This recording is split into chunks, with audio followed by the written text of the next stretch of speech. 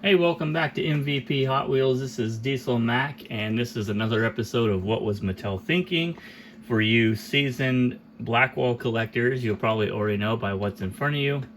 A very popular casting car on the real life side, and of course here in the Hot Wheels community, the Camaro Z28. These are based off of kind of the 77 to 80s, early 80s body style.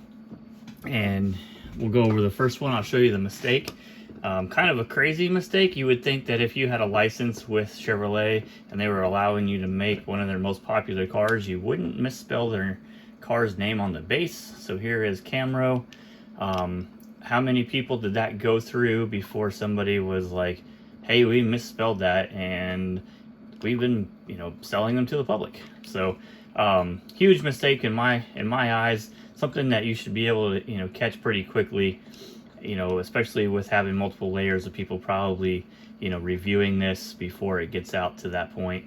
I mean, they had to have made a couple of pre-productions, right, and all that kind of stuff with a Camaro base, and everybody's like, yeah, it'll be all right. Well, or they did catch it and they're like, well, somebody will fix it, right, and they just let it go. So yeah, pretty crazy that they misspelled one of those popular cars in the US, and there you go. That's the what was Mattel thinking part of it. This particular car here, or this color, you can get with it like this with the Camaro base, and you can also get it with its fixed base. I haven't found that one particularly yet, or at least a decent enough one for me to have picked it up. I've actually got 3 of these different with it spelled wrong, and I think that's just because I forget which one I have all the time, and then when I go to buy it and I bring it back home and I'm like, crap, I've made a mistake myself. But you can get this in both base variations. Here's another one that was misspelled, this gold one here, and here's that Camaro Z28. So pretty crazy. They misspelled those.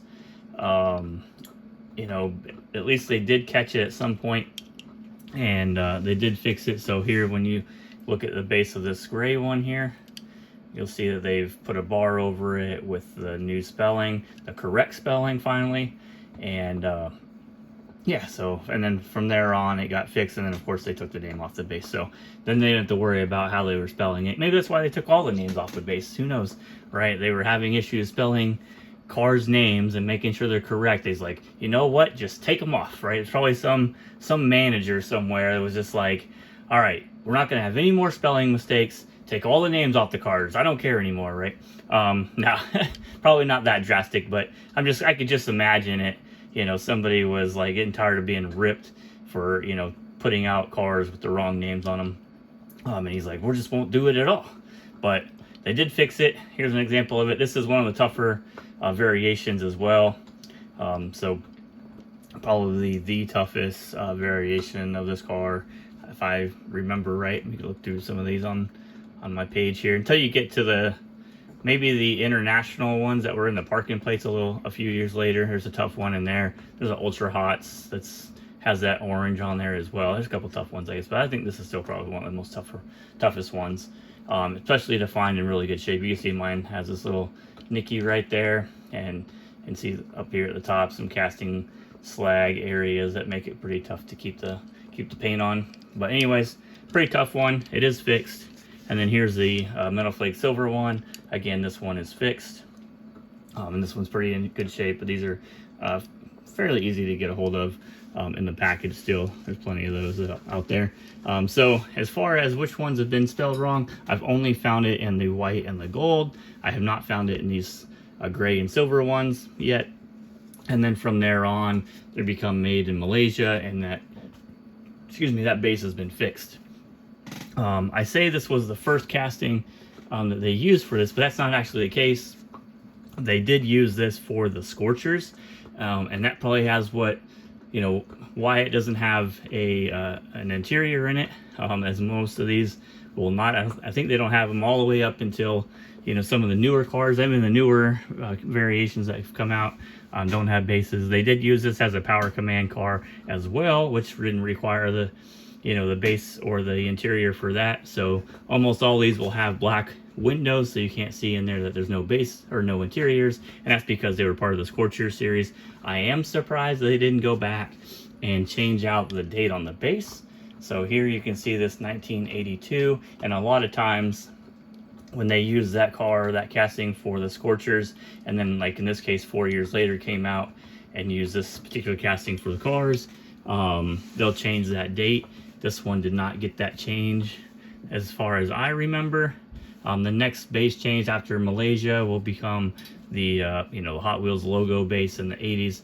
So kind of interesting. You know, if you look at the 55 Chevy, it was a Scorcher, and then a couple years later it became, you know, they used it again in the Hot Ones that came out, and it had a 1982 base for a little bit, and they were like, oh yeah, we used this in the Scorcher series, and they, you know, scratched that out, covered it up, put a 1978 base on it. So it's kind of interesting that this one didn't get that, as far as I know. If anybody has a 1978 base on some of these, let me know. I didn't look at any of the other ones before I came in here, but if I come in here to the website, I have the years in the base filters, and mine only say 1982. So as far as I know, none of these had 1978 bases. So another kind of cool thing, or another mistake Mattel made of, you know, forgetting that they used that car earlier and continue to use it a few years later.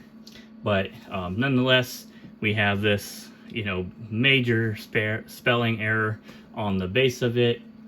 And yeah, so there's the episode. We did hit that 500. We are going live tonight, Friday, October 18th. So those that may be watching this afterwards, we went live on this particular date, and we're going to give away that Ford Escort. We're going to open up some other cars, and we're going to have a little bit of fun with it.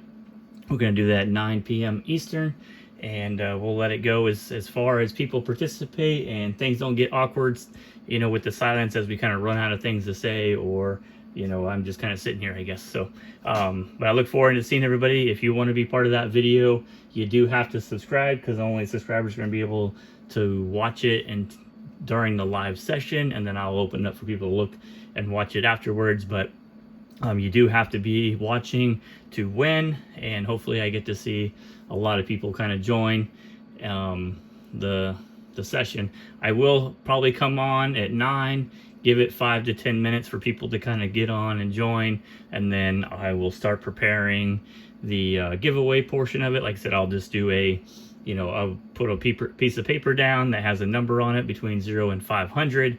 It'll sit in front. I'll let everybody kind of go through. We'll have some fun talking. Maybe we'll open some stuff while everybody's putting in their numbers and everything.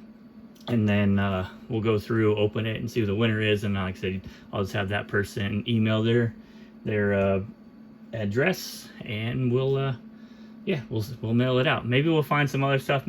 I do have some MVP hats and stuff, so maybe we'll toss some of that kind of stuff in with it as well. We'll see how it goes and how much participation we have. If we get more than 20 people, I definitely will throw in a hat just for the participation of everybody kind of joining the video. So that'd be kind of cool. But there you go. Here's the 5th episode of What Was Mattel Thinking. I cannot believe they misspelled Camaro, one of the most famous or infamous cars, right, of the U.S., especially throughout the times in the last 50 years, right? If you know of any other cars that have misspelled names, go ahead and throw those down in the comments. Let me know what you've come across. I know there's some other ones that are just kind of, I'm just kind of missing them right now, I think. But throw those down in the comments. I know there's other cars I've been thinking about with some of this, what was Mattel thinking, where the packaging has some kind of messed up spellings and stuff like that. So I'll pull those, and I'll start creating videos like that too. So, but anyways, hope you enjoyed the video. Let me know your thoughts in the comment. I hope to see you live later on tonight, and we're gonna have some fun. All right, thanks guys. Bye.